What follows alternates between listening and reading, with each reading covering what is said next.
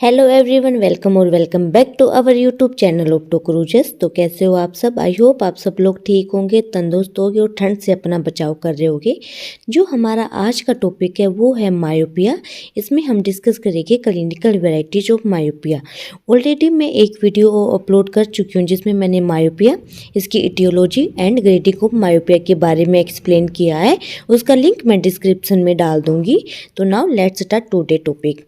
तो topic start करने से पहले एक बार हम दोबारा डिस्कस कर लेते हैं कि मायोपिया होता क्या है। It is a type of refractive error in which parallel rays of light coming from infinity are focus in front of retina when accommodation is at rest. Normally क्या होता है, अगर आप कोई भी ऑब्जेक्ट देखते हैं जो उसकी इमेज होती है ऑब्जेक्ट की, और उस इमेज की जो रेज आती है वो हमारे डायरेक्ट रेटिना पे जाती है, जिसकी वजह से वो ऑब्जेक्ट हमें क्लियर दिखाई देता है।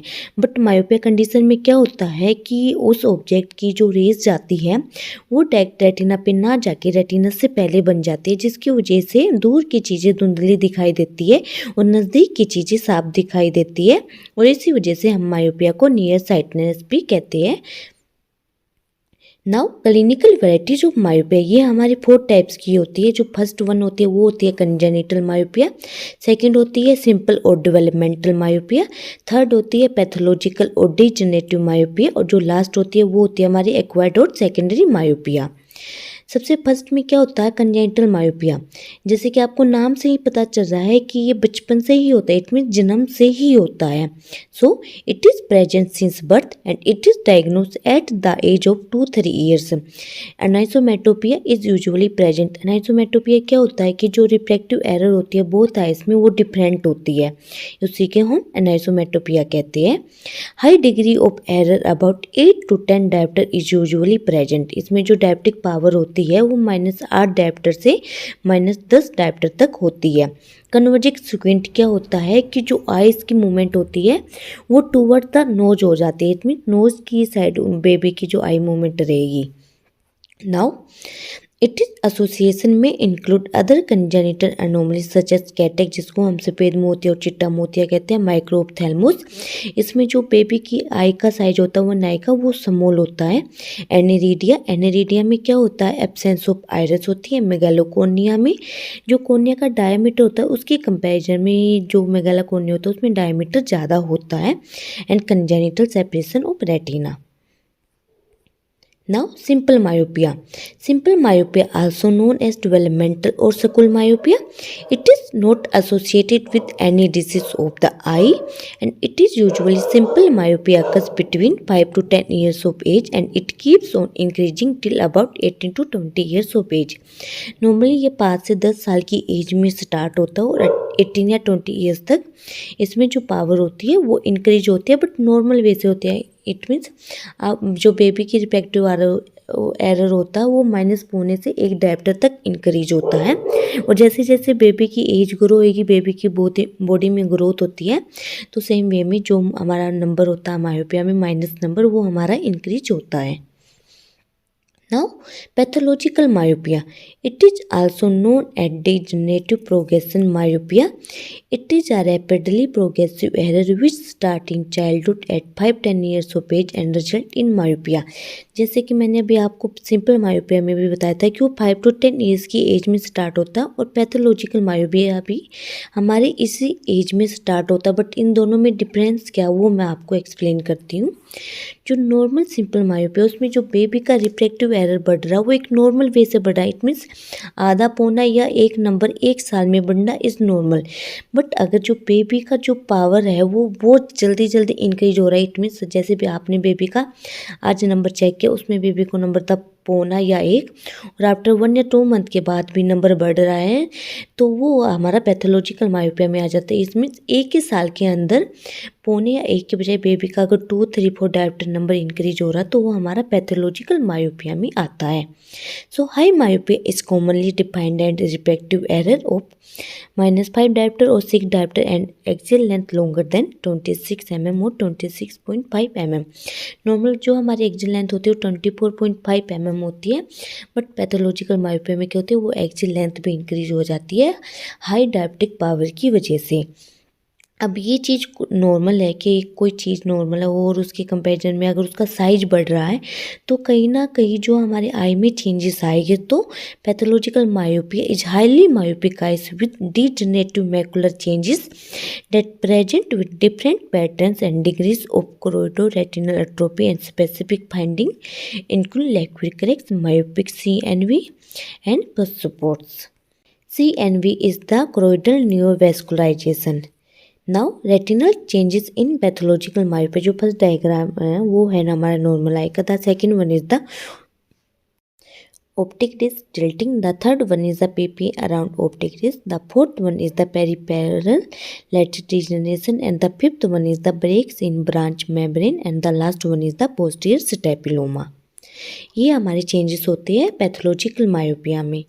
नाउ एक्वायर्ड और secondary myopia, it is occur secondary to some other disease factor are as follows.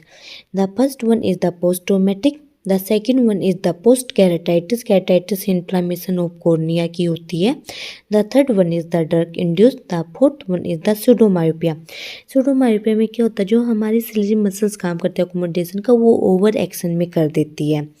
Now the next one is the space myopia. Space myopia is a condition in which the eyes having nothing specific within the available visual field upon which to focus automatically at a range of the order or a few meter ahead. The next one is the night myopia. Night myopia में क्या होता है कि जैसे ही illumination कम होते हैं, अंधेरा होता है, पेशेंट का जो विजुअल एक्यूटी है वो कम हो जाता है। Consecutive myopia occurs when the IOL implant over correction. Now the clinical features of myopia, symptoms में क्या क्या होता है, poor vision for distance, headache, eye strain, heaviness and dizziness. Now the signs, prominent eyeball large size, anterior chamber is slightly deeper than normal, pupil are large and a bit sluggish reaction। sluggish reaction में क्या होता है कि normal जो size और reaction होता है प्यूपिल का वो थोड़ा स्लो होता है as comparison to normal. Fundus examination reveals following characteristic signs, जो मैं आपको ऑलरेडी एक्सप्लेन कर चुकी हूँ कि उसमें जो हमारी optic disc appears large and pale and temporal edge is a characteristic myopic crescent is present. Degenerative changes होते हैं हमारे रेटिना में, क्रोइड में एंड विटियस में, और पोस्टीरियर स्टेपिलोमा हो जाता है।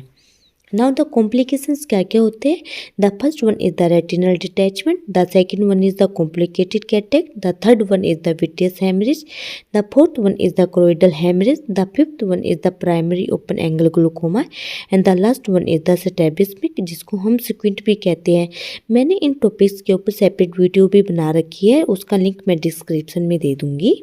Treatment, optical treatment of myopia is spectacles and contact lens. Spectacles, you will wear eyeglasses either daily or only when you need distance vision. Contact lenses, some people find that their distance vision is sharper and wider with contact lens. जिन लोगों को high refractive error होता है तो वो लोग contact lens पे भी जा सकते हैं, बट मेक श्योर कि कॉन्टेक्ट लेंस में जो हाइजीन लेवल है वो ज़्यादा मेंटेन करके रखना पड़ता है। और कॉन्टेक्ट लेंस में एक और ऑप्शन होता है कि ऑर्थो के कॉन्टेक्ट लेंस होते हैं। इसमें क्या होता है, ये कॉन्टेक्ट लेंस आपको रात को लगा के सोने होते हैं, सुबह आपको रिमूव करने होते हैं, क्योंकि रात के टाइम जो आपके कॉर्निया की जो शेप होती है उसको चेंज कर देते हैं कुछ समय के लिए, कि जो आपको डे में जो भी एक्टिविटी कर सकते हो वो आप इजीली कर सकते हैं। The second option is the surgical treatment of myopia. Myopia की करेक्शन के लिए हमारे पास सर्जरी में क्या क्या ऑप्शन होते हैं, लेसिक होता है जिसको हम laser assisted in situ keratomileusis कहते हैं। The second is the LASIK होता है जिसको हम laser assisted sub epithelial keratectomy कहते हैं। The third one is the PRK, photo refractive keratectomy कहते हैं। The fourth one is the phakic implantable contact lens, इसमें हम जो नेचुरल क्रिस्टलिन लेंस होता है उसके ऊपर हम कॉन्टेक्ट लेंस इम्प्लांट करते हैं।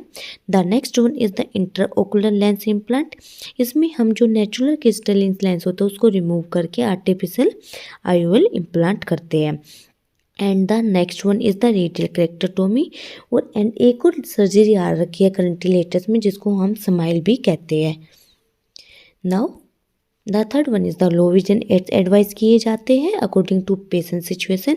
And the last one is the genetic counselling. इसमें क्या होता है कि हम अवेयरनेस करते हैं कि अगर किसी पेशेंट को पैथोलॉजिकल या प्रोग्रेसिव मायोपिया है तो वो किसी ऐसे पर्सन से मैरिज ना करे जिसको ऑलरेडी मायोपिया हो, क्योंकि अगर पेरेंट्स को मायोपिया होएगा तो उसमें चांसेस होते हैं कि बेबी को भी मायोपिया होने के चांसेस रहेगी, जो कि हमारे कंजेनिटल मायोपिया में आ जाता है। So this all are the treatment for myopia. अगर आपको मेरा वीडियो पसंद आया हो तो don't forget to like share subscribe my channel and thank you guys for watching my video. Bye bye and take care.